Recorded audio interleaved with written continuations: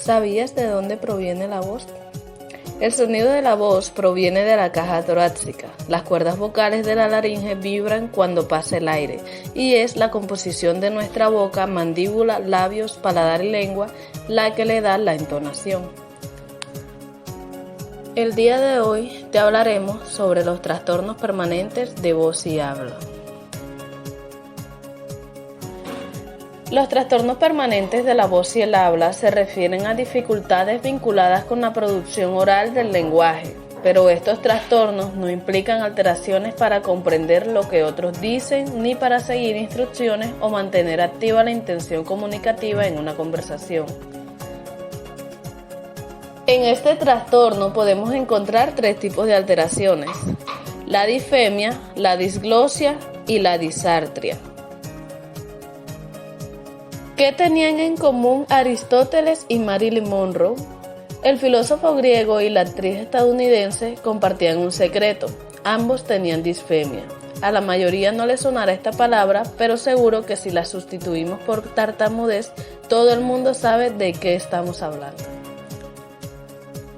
La disfemia, como anteriormente se mencionó, es más conocida como tartamudez, y esta constituye a un tipo de trastorno que se caracteriza por falta de continuidad o ritmo en la cadena hablada, en la sucesión de sonidos o grupos de sonidos de lo que se produce oralmente. Se puede encontrar en el DSM-5 como trastorno de fluidez de inicio en la infancia. Esta hace parte de los trastornos de la comunicación, el cual se caracteriza por alteraciones de la fluidez normal y la producción motora del habla. Algunas de sus causas son anomalías en el control motor del habla, la genética, también pueden ser consecuencias de otras causas, los estados de tensión prolongado o el sexo de la persona. Los tipos de disfemia que podemos encontrar son tres. Como primer punto, la disfemia tónica, que sería el bloqueo al comenzar el discurso. Luego la disfemia clónica, que es la presencia de leves contracciones musculares, y la disfemia mixta, que son las dificultades a la hora de comenzar el discurso y repeticiones por contracciones musculares involuntarias. Dato curioso: como lo decíamos al principio, reconocidos personajes como Marilyn Monroe y Aristóteles, al igual que Andrés Cepeda, Bruce Willis o Marc Anthony, han tenido que hacer frente a este problema, cada uno utilizando su propia estrategia para lograr hablar de la forma más fluida posible, unos cantando, otros hablando más bajito o otros hablando más rápido. En cuanto a Aristóteles, el filósofo griego llegó a la conclusión de que las personas tartamudeaban porque pensaban más rápido de lo que podían hablar, y señalaba a la lengua como responsable del ser incapaz de seguir la velocidad con la que fluían las ideas. Entre el 1 y el 2% de la población adulta es tartamuda. Afecta más a hombres. De cada 4 afectados, solo 1 es mujer. Algunos tratamientos para las personas con disfemia pueden ser la logoterapia, las técnicas de fluidez, técnicas de relajación muscular y control vocal, la reducción de ansiedad, observación de la conducta al hablar o la terapia cognitiva conductual. La disartria. En esta se plantea que es dificultad para producir cadenas de emisiones orales con claridad. En este, el habla se torna enredada y poco clara. Generalmente son producto de alteraciones en el sistema neuromuscular que regula la emisión de fonemas, pero este no implica alteraciones de otro tipo. La persona con disartria puede exhibir cualquiera de los siguientes síntomas dependiendo de la magnitud y ubicación de la lesión al sistema nervioso: arrastrar las palabras al hablar, hablar muy bajito o ser apenas capaz de susurrar, hablar con lentitud, hablar con rapidez y entre dientes, movilidad limitada de la lengua, los labios y la mandíbula, entonación, ritmo anormal al hablar, cambios en el timbre de la voz, ronquera, voz entrecortada, babeo o escaso control de la saliva y dificultad al masticar y tragar. El tratamiento para la persona con disartria depende de la causa, el tipo y la gravedad de los síntomas. El patólogo del habla y el lenguaje trabajará con el individuo para ayudarlo a mejorar sus destrezas de comunicación.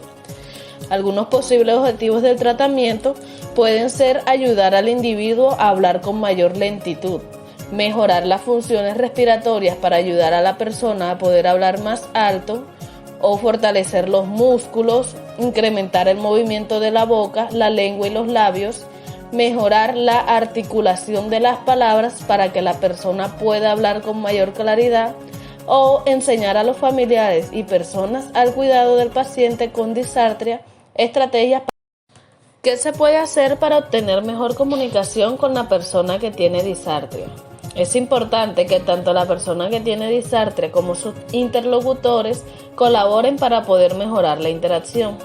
Algunas recomendaciones para la persona con disartria son presentar el tema del que quiera hablar con una sola palabra o frase corta antes de comenzar a hablar en oraciones más completas. Verificar que los oyentes entiendan lo que dice, hablar alto y despacio, hacer frecuentes pausas y tratar de limitar la conversación cuando se sienta cansado, ya que será más difícil entender lo que dice. También, si se siente frustrado, tratar de usar otros métodos como apuntar o hacer gestos, para así de esta manera comunicar el mensaje o tomarse un descanso y probar de nuevo más tarde. Algunas recomendaciones para el oyente podrían ser reducir las distracciones y el ruido de fondo, presentar atención al hablante, mirar a la persona cuando hable, indicarle al hablante cuando tenga dificultad en entenderle, repetir solo la parte del mensaje que haya entendido de modo que el hablante no tenga que repetir la totalidad del mensaje, y si aún así no entiende el mensaje, hacer preguntas a las que el hablante pueda responder solo sí o no.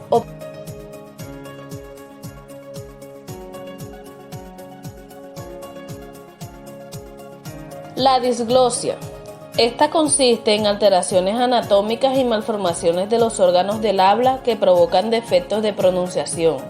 Habitualmente son alteraciones congénitas o de nacimiento, aunque también pueden ser producto de trastornos adquiridos. Pueden localizarse en los labios, en la lengua o en otros órganos del aparato fonador. Las causas de la disglosia pueden ser varias, que afecten a distintos órganos del habla y que se presenten de forma única o asociadas.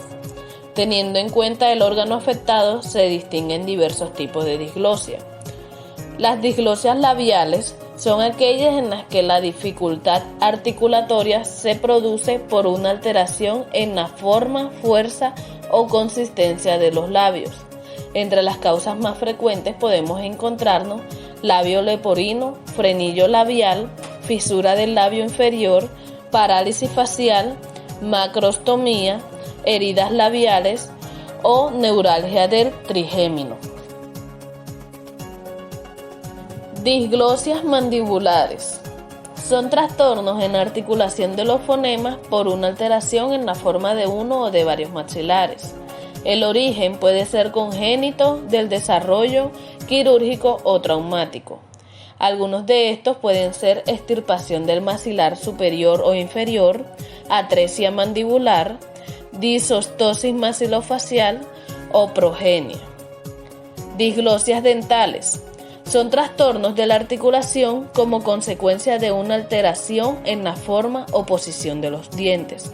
Las causas son varias y entre ellas nos encontramos con la herencia familiar, desequilibrios hormonales, alimentación, ortodoncias, prótesis. En estos casos, si se realiza algún tipo de intervención por parte del ortodoncista y del protésico dental, conviene llevar un seguimiento para prevenir posibles alteraciones articulatorias. Disglosias linguales. La lengua es el órgano activo de la articulación de los sonidos y precisa de una extraordinaria sincronía de sus movimientos durante el habla.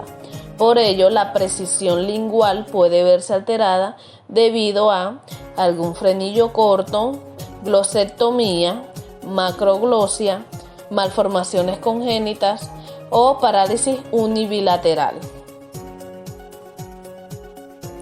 Por último, nos encontramos con las disglosias palatales. Estas son alteraciones en la articulación de los sonidos por malformaciones orgánicas del paladar y del velo del paladar. Algunas de estas pueden ser fisura del paladar, fisura submucosa del paladar ojival u otras causas como paladar corto, velo del paladar largo o perforaciones. Además,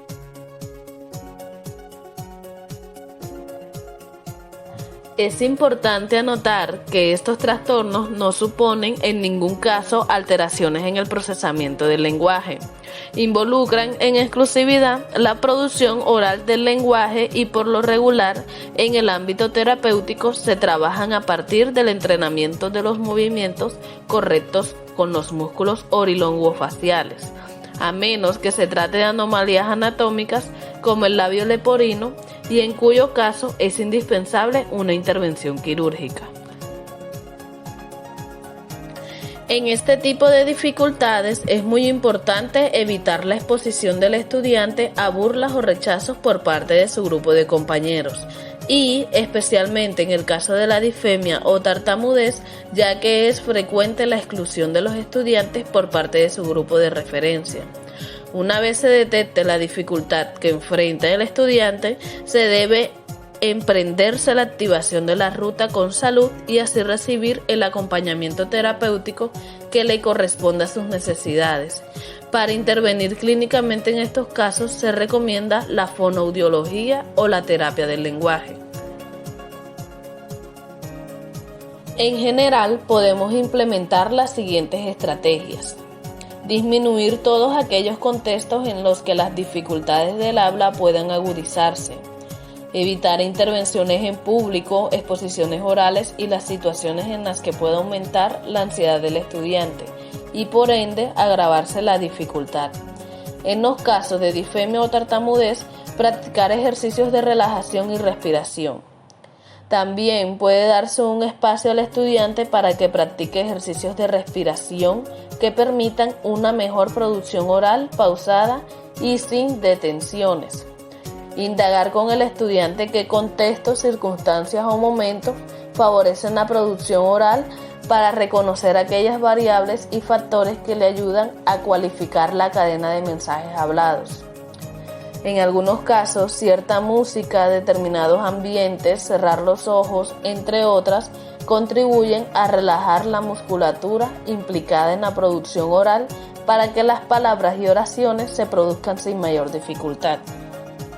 También está el evitar escenarios de corrección constante, ya que este foco ayuda al estudiante a lograr la producción correcta de lo que quiere compartir y aumentar los sentimientos de frustración.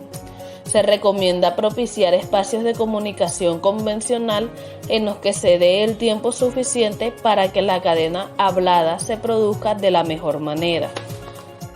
Además de no presionar al estudiante para que hable bien, no se trata de un problema de voluntad o capricho. Hay una dificultad de base que impide que la oralidad sea óptima. Realizar todos los ejercicios y aplicar las recomendaciones de los especialistas. Si el proceso terapéutico se desarrolla juiciosamente, el estudiante logrará una cualificación sustancial de su producción oral.